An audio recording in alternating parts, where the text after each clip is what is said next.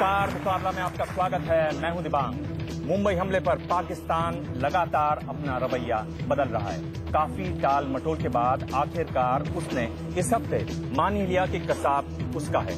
कुछ देर को लगा कि वो रास्ते पर आ रहा है, लेकिन फिर उस अफसर को हटा दिया गया जिसने ये बात मानी। साफ है कि पाकिस्तान के कई चेहरे हैं, कई रहनुमा।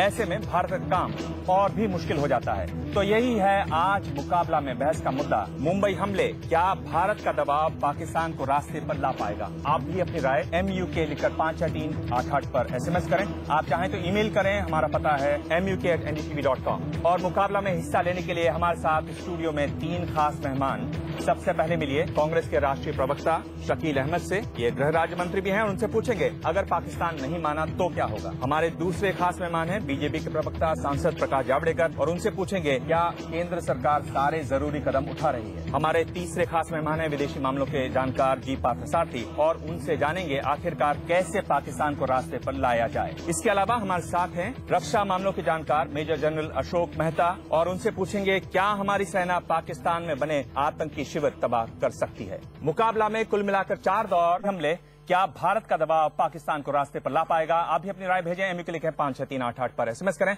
मुकाबला की शुरुआत करेंगे शकील अहमद। शकील जी, 45 दिन हो गए मुंबई हमले को।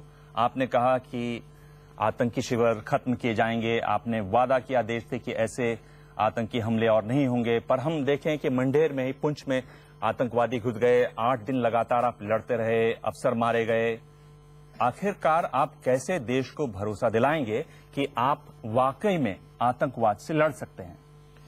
देखिए दिवांग, हमने जो कोशिश की है ये उसी का नतीजा है कि कल 2-3 पिछले दिनों में जो पाकिस्तान में घटनाएं हुई हैं, चाहे उनके NSA हटाए गए हों दुरानी साहब, या पाकिस्तान ने स्वीकार किया हो कि कसाब हमारा नागरिक है, इसके पहले भारत ने जो अंतर्राष्ट्रीय स्तर पे दबाव बनाया, जो राजदूत हमारे यहाँ आए उनको हम लोगों ने जो सबूत फराहम हुए, जो मुंबई से मिले, तो वो हमने उनको दिया। उसके अलावा अंतर्राष्ट्रीय स्तर पे UNO में, यूनाइटेड नेशन से दुनिया के गॉर्डन ब्राउन यहाँ आए, तो जो एक माहौल बनता था उसका असर हुआ। और ये आपने ठीक कहा कि पाकिस्तान का जो रूलिंग कोलिशन है ये कई लेवल का है, तो ये असर हुआ है और इसी असर की वजह से ये काम हुआ है। हम और भी आप अपनी बात तो कह रहे हैं शकील जी, पर मैं जो आपसे पूछ रहा था, जो आपके रक्षा मंत्री AK एंटनी साहब भी बोल रहे हैं कि सर्दियां हैं, इसके बावजूद इन्फिल्ट्रेशन यानी घुसपैठ बढ़ गई है। देखिए, सर्दियों में अक्सर इतनी घुसपैठ नहीं होती। वो कह रहे हैं कि इस बार सर्दियों में इतनी घुसपैठ हो रही है। यानी आप अपनी बात कह रहे हैं, आपको लग रहा है पाकिस्तान आपकी बात मान रहा है, आपको लग रहा है कि दबाव काम कर रहा है, उसके बावजूद घुसपैठ बढ़ रही है। और ये जो घटना हुई जिसमें आप 8 दिन लड़ते रहे, निश्चित रूप से एक पाकिस्तान अभी कॉर्नर हो गया है अंतर्राष्ट्रीय बिरादरी में। एक तरह से एक लड़ाई के वार की तरह है। जो मुंबई का अटैक हम मानते हैं कि हमारे देश पे हमला है, तो उससे एक्शन डाइवर्ट करने के लिए, अटेंशन डाइवर्ट करने के लिए हमारा दुश्मन तरह तरह की हरकतें कर सकता है, लेकिन हमारे सिक्योरिटी फोर्सेज विजिलेंट हैं और हम हर उनकी चाल का कूटनीतिक तौर पे भी, और जो अगर और सख्ती की जरूरत होगी तो वो भी आपका भरोसा जगता है जो सरकार कर रही है, जो ये बात कर रहे हैं उससे? मैं चाहता हूं कि जो सरकार बोल रही है वैसा वो करे। देश भी यही चाहता है कि पाकिस्तान जिन्होंने देश पर इतना बड़ा हमला किया है उसको सबक सिखाया जाए, लेकिन दुर्भाग्य से पाकिस्तान बाज आता नहीं दिखाई दे रहा है।